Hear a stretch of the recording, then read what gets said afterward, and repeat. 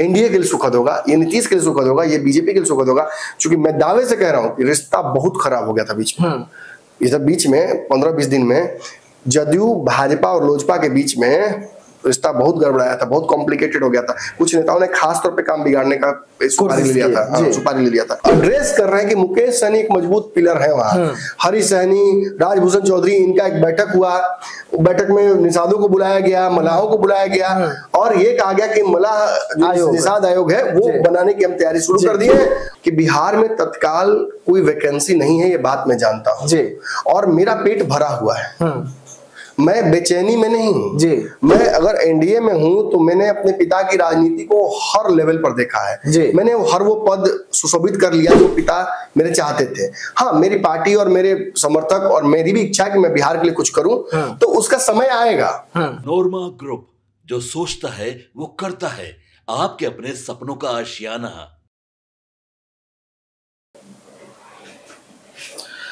नमस्कार, मैं विकास सिंह राजपूत और आप देख रहे हैं जांच पड़ताल। और जांच पड़ताल में हमारे साथ हमारे डॉक्टर साहब भी हैं जो खबर की जांच और पड़ताल करेंगे और अंदर से उस बीमारी को निकालेंगे जिस बीमारी के कारण बिहार की राजनीति गर्म होती है या नेता छोड़कर भागते हैं। वैसे में बिहार में चुनाव है और सीट शेयरिंग का फॉर्मूला जो है वो पूरी तरीके से फंसा हुआ है एनडीए से लेके महागठबंधन तक। लेकिन आज चर्चा होगी एनडीए की, चिराग पासवान के दावों की और चिराग पासवान की डिमांड की। आज इसी दावे और डिमांड की हम पहले जांच और पड़ताल करेंगे और चिराग पासवान का ये दावे से कितना अंदर तक एनडीए में खलबली मची है, इस बीमारी को आज बाहर निकालेंगे। तो सीधा हम अपने संपादक डॉक्टर नमन मिश्रा सर से जुड़ते हैं।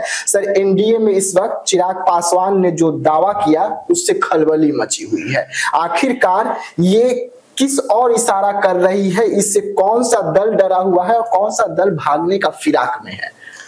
देखिए, अब लड़ाई जो है ना वो वास्तविक जगह पर पहुंच रही है दोनों गठबंधनों में। उधर मुकेश सहनी को भी आप कम मत समझिएगा, मुकेश सहनी ने भी एकदम बहुत हार्ड मैसेज दे दिया है। बिल्कुल, डिप्टी सीएम घोषित करके ही चुनाव लड़ना होगा जी। सीएम का आप तो सीएम तो आप हैं, आप मान रहे हैं जी, और कोई है भी नहीं जी, तेजस्वी यादव जी, लेकिन डिप्टी सीएम बोल के इस बार करना होगा। और मुझे तो अब डर ये लग रहा है, पिछली बार ऐसे ही मूड में थे वो जी, और ऐसे ही मूड में जब वो थे और उनके साथ जो नहीं जमा इनका तेजस्वी जी का, तो प्रेस कॉन्फ्रेंस से उठकर भाग गए थे मुकेश जी। तो ऐसा तो कहीं फिर नहीं ना करेंगे, क्योंकि तेवर वही दिखा रहे हैं। और एक डिप्टी सीएम वाली बात पे फंसा दिया। पे दूसरा कह रहे हैं कि हमको आप सीट भी देकर चलिए, और सीट भी कौन सा दीजिए, जितना डिमांड कर रहे हो तो चाहे कीजिए।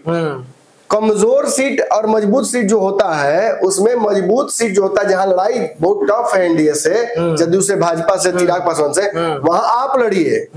और जहां थोड़ी लड़ाई सॉफ्ट है वहां हम लोग को मौका दीजिए ताकि हम लोग लड़े। और ऐसे मतलब बीच बीच में काम मत कीजिए, एकदम कंक्रीट काम हो। मतलब कल तक कंप्लीटली एमवाईएम की बात हो रही थी, तेजस्वी के साथ मुकेश सहनी हर जगह नजर आते हैं और एक ऐसी स्थिति उत्पन्न हो रही थी जिस लग रहा था कि दोनों के बीच में बहुत तगड़ा है। लेकिन आज कांग्रेस को ही छोड़कर धीरे से हमला उन्होंने तेजस्वी को शिफ्ट कर दिया है। इसका कारण क्या है? देखिए, 12 सीटों की लिस्ट जो है तेजस्वी यादव को दे दी है वीआईपी ने, और आने वाले समय में 12 और सीटों की लिस्ट जल्दी ही 2-3 दिन में देने वाले हैं। और उनका दावा है वीआईपी का कि 25-26 तारीख तक सीटों का बंटवारा कम से कम वीआईपी कोटे का हो जाएगा, बाकी लोग अपना करते रहे। लेकिन अब ऐसा होता नजर नहीं आ रहा है, अब पेच फंस गया है। इसी तरीके से आप चिराग पासवान की तरफ आइए, एनडीए की तरफ। एक मैं सवाल लूंगा सर मुकेश सहनी पर आपसे, कहीं मुकेश सहनी को एनडीए वाला लड्डू भाने तो नहीं लगा? दोनों हाथ में लड्डू है तो आप कह भी नहीं सकते हैं, आप नहीं कह सकते हैं कि कौन सा लड्डू भाजा है, मोतीचूर वाला चाहिए कि गोंद वाला चाहिए, कौन सा पसंद आएगा कौन जानता है, कि बेसन वाला खाएंगे। लेकिन ये सच है कि मुकेश सहनी की स्थिति बहुत अच्छी है, उनको दोनों तो ऑफर है, तो अब उस हिसाब से मैंने बार्गेनिंग भी कर रहे हैं। कल हमने देखा कि आपने देखा होगा कि मुकेश सहनी की एक बड़ी मांग थी आरक्षण की, वो तो पूरी नहीं कर पाए, लेकिन एनडीए वाले इस बात को एड्रेस कर रहे हैं कि मुकेश सहनी एक मजबूत पिलर है वहां। हरी सहनी, राजभूषण चौधरी, इनका एक बैठक हुआ, बैठक में निषादों को बुलाया गया, मलाहों को बुलाया गया और ये कहा गया कि मलाह जो निषाद आयोग है वो बनाने की हम तैयारी शुरू कर दी है और जल्द ही कर देंगे। और इसके बाद मुकेश सहनी का ये बयान चले आना, ये साबित करता है कि कहीं ना कहीं मुकेश सहनी भी समझ रहे हैं कि एक तरफ जैसे हॉट सीट पर है भी हैं, दोनों हाथ में लड्डू भी है, तो हॉट सीट पर होना भी अपने आप में एक बड़ी बात है। ऐसा ही सेम टू सेम एनडीए में हो रहा है। चिराग पासवान जिस तरफ रहेंगे उस तरफ फायदा तो होगा जी।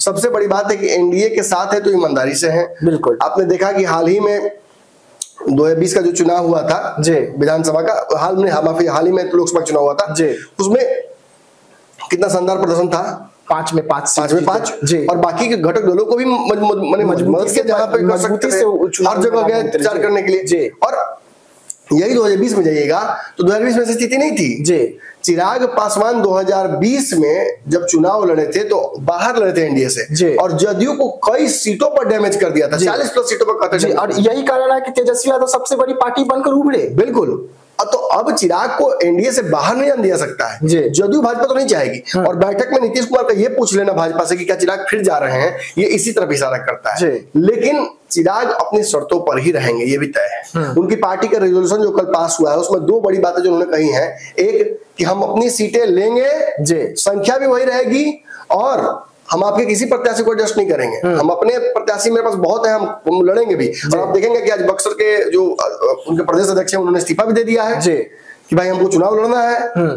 हम भले पार्टी का सेवा 22 साल कर चुके हैं लेकिन अब हमको चुनाव लड़ना है। ऐसी कई लोग उनके पार्टी में चुनाव लड़ना चाहते हैं, तो चिराग पासवान की मजबूरी है कि वो अपने लोगों को चुनाव लड़वाएं और टिकट दें। वो तब ना होगा जब भाजपा उनको टिकट देगी, जदयू उनको टिकट देगी उनके इच्छा हिसाब से, तो इसलिए ये जरूरी है। और दूसरी बात, उनकी पार्टी ने एक तरीके से पूरे उत्तर भारत की पूरी सीमा नाप दीजिएगा, मतलब नॉर्थ ईस्ट से लेकर आप बंगाल तक, उड़ीसा से बिहार तक और फिर उत्तर प्रदेश तक, हर आज उनके जीजा जो है वो मुलाकात की है, आप देखिएगा योगी आदित्यनाथ लखनऊ गए हुए थे। तो कहीं ना कहीं इनका मन अब जो है लोजपा का चिराग पासवान को एक बहुत बड़े नेता के तौर पर प्रोजेक्ट करने का, दलित नेता के तौर पर प्रोजेक्ट करने का और राष्ट्रीय स्तर पर प्रोजेक्ट करने का है। और इसमें कहीं ना कहीं सीएम की कुर्सी ऑटोमेटिकली बिहार की क्वालिफाई कर जाती है। लेकिन आज जो मैं लेकर आया हूं, जो इनके बयान से का फलसफा चिराग पासवान के, ये लगभग क्लियर कर देगा स्टोरी की किस तरफ जाने वाला है इनके सीट का बंटवारा। दरअसल चिराग पासवान ने एक और बयान बड़ा दे दिया है। जैसे उन्होंने कहा था कि मुझे बिहार बुला रहा है, उसी तरीके से उन्होंने आज एक बयान बढ़ा दिया है। उन्होंने ये कहा है कि बिहार में तत्काल कोई वैकेंसी नहीं है, ये बात मैं जानता हूं और मेरा पेट भरा हुआ है, मैं बेचैनी में नहीं हूं जी। मैं अगर एनडीए में हूं तो मैंने अपने पिता की राजनीति को हर लेवल पर देखा है जी। मैंने हर वो पद सुशोभित कर लिया जो पिता मेरे चाहते थे। हाँ, मेरी पार्टी और मेरे समर्थक और मेरी भी इच्छा है कि मैं बिहार के लिए कुछ करूं, तो उसका समय आएगा। आज मेरी प्राथमिकता यह है कि मैं जिस गठबंधन में हूं उस गठबंधन की सरकार बिहार में जल्द से जल्द बने, ताकि हम अपनी पॉलिसीज को इंप्लीमेंट कर सके और सबसे बड़ी बात कि हम उन लोगों को रोक सके जो बिहार के विकास के वादक हैं जी। सीधा तेजस्वी पर हमला किया है और उन्होंने नीतीश कुमार को एक कंफर्ट जोन भी दे दिया ये कहकर कि वैकेंसी नहीं है बिहार में, और मैं ये बात जानता हूं। तो उनकी पार्टी भले ये दबाव बनाने रही हो कि उन्हें इस बार ही विधानसभा चुनाव लड़कर सीएम की कुर्सी तक पहुंचाया जाए, लेकिन चिराग पासवान ये मानते हैं, एक तरफ दबाव भी बना रहे हैं, दूसरी तरफ वो मतलब वहां खट्टा खट्टा यहाँ मीठा मीठा वही बन रहा है। तो वो ये भी दिखाने की कोशिश कर रहे हैं कि मैं काम बिगाड़ने वालों में से नहीं, मेरा डिमांड आप पूरा कीजिए, मुझे छोटा मत आकिए, मुझे उपेंद्र कुशवाहा और मांझी मत समझिएगा, मैं अलग ही एंटिटी हूं और उस हिसाब से ही मुझे आप सोचिएगा। तो 35 सीटें 38 सीटें इसी बीच में कहीं ना कहीं वो एक्सपेक्ट कर रहे हैं कि उनको दे सामने वाला। और जब वो ये कहते हैं कि मेरा जो पेट भरा हुआ है, मतलब मैं जहां हूं मैं वहां संतुष्ट हूं जी। अब मेरी जिम्मेवारियां जो हैं जी वो बुला रही हैं मुझे बिहार की तरफ। ऐसा नहीं है कि आउट ऑफ मतलब रिक्वायरमेंट में बिहार जाना चाहता हूं कि मुझे पद की लालसा है। अब बुरा ना माने लोग, लेकिन तेजस्वी यादव की तो मजबूरी है ना बिहार में मुख्यमंत्री की रेस में रहना जी। तो वो किस जगह फिर जाएंगे, केंद्र मंत्री बनेंगे, क्या बनेंगे? नहीं, केंद्र के लायक तो अभी नहीं, पार्टी नहीं है, सरकारी नहीं बनेगा, सरकारी नहीं। तो चिराग पासवान का तो पेट भरा हुआ है जी। उनको बेचैनी नहीं है कि आज का मुख्यमंत्री का कैंडिडेट नहीं बने तो और कोई रास्ता नहीं है। उन्होंने तो ये तक कह दिया इस इंटरव्यू में कि मैं 2020 में यदि बाहर जाकर नहीं लड़ता जी, तो मैं तो उसी समय केंद्र में मंत्री बन गया होता। पशुपति पास थोड़े बनते हैं, मैं बनता और मेरे सारे सांसद वही होते हैं। अब मैंने तो संघर्ष का रास्ता खुद चुना ना, और वो भी आउट ऑफ रिक्वायरमेंट नहीं, वो भी क्योंकि बिहार में बिहार फर्स्ट इंप्लीमेंट करना था, इस वजह से मैंने वो रास्ता चुना। फिर उन्होंने पूछा कि आपका बिहार फर्स्ट का क्या हुआ, अब तो नीतीश कुमार के खिलाफ आप लड़ रहे थे, नीतीश के साथ चले गए हैं। तो उन्होंने कहा नीतीश बहुत बदले हैं, नीतीश ने बहुत बदलाव किया है। वर्तमान गठबंधन में चिराग पासवान अपने एजेंडों पर भी कायम होते हुए उन्हें पूरा करा ले रहे हैं। वक्त बोर्ड पर चिराग पासवान ने अपनी सारी शर्तें मनवा ली। जी बिल्कुल। लेटरल एंट्री पर उन्होंने अपनी ही सरकार के खिलाफ मोर्चा खोल दिया। जी। आप देख सकते हैं कि कोटा विदिन कोटा पर उन्होंने अपनी सरकार के खिलाफ मोर्चा खोला। जी। तो चिराग बड़े स्ट्रॉन्ग वेंटेज पॉइंट पर हैं। जो चाह रहे हैं वो मिल भी जा रहा है, जो आगे की इच्छाएं हैं वो भी अपने आप रास्ता स्वरूप ले रही हैं। तो कहीं ना कहीं चिराग पासवान जबरदस्ती, मैंने कहा था ना कि don't rock a boat when it's floating, तैर रहा है नाव, कोई दिक्कतें नहीं, तो फिर हिलाना क्यों? हिलाना तो तब जब नाव लगे गड़बड़ा रहा है, डूब रहा है, आगे नहीं बढ़ रहा है, पीछे नहीं जा रहा है। तो चिराग पासवान की नाव बहुत आसानी से स्मूथली चल रही है। हाँ, इससे क्या होगा, हो सकता है कि चिराग पासवान की सीटों का समझौता कल के 10 एजेंडे के बाद मोशन में आ गया हो। इसके बाद उन्होंने सोचा कि नहीं ठीक है, तब इसे कहने का मतलब कि दबाव बनाए हुए हैं, दीजिए दीजिए दीजिए, 100 काम है, 50 काम है, अच्छा मिल जाता है उसके बाद थोड़ी कहते कि देते रहिए, दबाव ने रिलीज किया जाता है। मुझे लगता है कि चिराग पासवान की बातों पर कुछ हद तक मुहर लग गई है। भाजपा जो 24 सीटें इंटरचेंज की है जदयू से, उनमें बहुत सारी सीटें चिराग पासवान के लिए की हैं। तो मुझे लगता है कि चिराग पासवान का कमो बेस अब जो है ऊंट करवट प्रॉपर ले रहा है और बैठ रहा है। तो धीरे धीरे ये रास्ते समझ में आएंगे। लेकिन ये बड़ी बात है कि चिराग पासवान ने कह दिया कि सीएम का चेहरा फिक्स है और वो नीतीश कुमार है। ये चेंज इन नैरेटिव जो हुआ है, ये एनडीए के लिए सुखद होगा, ये नीतीश के लिए सुखद होगा, ये बीजेपी के लिए सुखद होगा। क्योंकि मैं दावे से कह रहा हूँ कि रिश्ता बहुत खराब हो गया था बीच में। इधर बीच में 15-20 दिन में जदयू भाजपा और लोजपा के बीच में रिश्ता बहुत गड़बड़ाया था, बहुत कॉम्प्लिकेटेड हो गया था। कुछ नेताओं ने खास तौर पे काम बिगाड़ने का सुपारी ले लिया था, सुपारी ले लिया था, जो कि अब मुझे लगता है कि सुधर रहा है। जी, लेकिन जिस तरीके से बिहार लोजपा जो है वो लगातार प्रेशर बनाई हुई है और डैमेज कंट्रोल चिराग पासवान दिल्ली में बैठे बैठे कर रहे हैं। कह रहे हैं जीजा दबाव बनाएंगे, चिराग पासवान थोड़ा रिलीज करेंगे। चिराग पासवान थोड़ा कहेंगे हमको मुख्यमंत्री बना दीजिए, उनकी पार्टी कह रही तो वो थोड़ी रोक सकते हैं। मैंने तो कहा ना कितना स्मार्टली वो कल के बैठक में खुद नहीं आए, क्योंकि हम नहीं कर रहे, वो तो बच्चा लोग कर रहा है, वो तो बाकी लोग कर रहा है ना, वो तो पार्टी कर रहे हैं, पार्टी का काम अपना पार्टी डिवाइड करवे ना करेगी।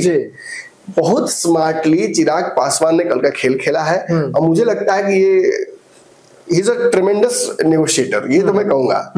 नेगोशिएशन तो जबरदस्त चिराग पासवान ने। मैंने कहा ना कि मेरे माथा पे कोई बंदूक लगा दे, आके उड़ा देंगे, तो हम कहेंगे चिराग पासवान को ले आओ भाई, वही बचा सकता है जाना, और किसी से नहीं बचेगा। वही नेगोशिएट कर सकता है टेररिस्ट से, और किसी से होगा ही नहीं। No Ajit Doval, I need Chirag Paswan.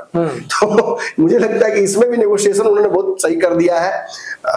जीजा का रोल पता है, जीजा को क्या करना है, वो एक डिप्लोमेट असमय के घोड़ा हो गए हैं। जीजा को असमय के घोड़े के तरह छोड़ दिया है। जाइए एकदम हर प्रांत हर राज्य में जाइए, और उत्तर प्रदेश में चुनाव लड़ना है, उत्तर प्रदेश के प्रभारी भी हैं, पहुंच गए, वहां भी सीट लेना है, तो योगी के गुडविल में ही ना सीटें मिलेंगी, उधर से अच्छा रखना पड़ेगा। तो डिप्लोमेसी दिख रहा है, ट्रेमेंडस मुझे लगता है कि पॉलिटिकल स्ट्रेस वर्क दिख रहा है, और ये एनडीए के लिए सुखद है। मैं फिर कह रहा हूँ जी, यह सुखद है एनडीए के लिए।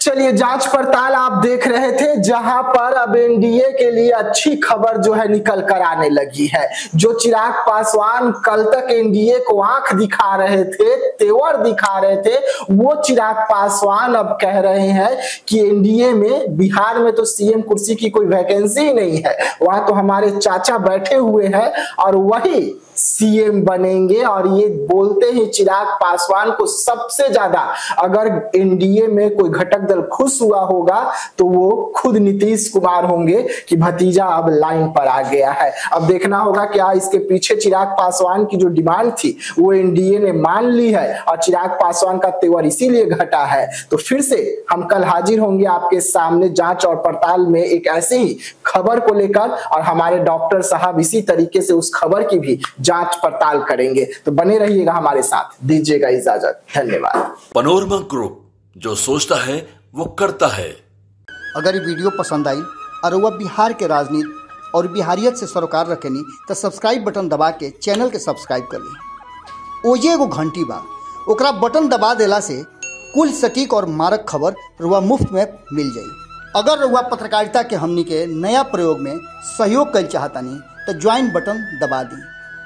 पेटीएम नंबर नोट कर ली 9386816700। धन्यवाद।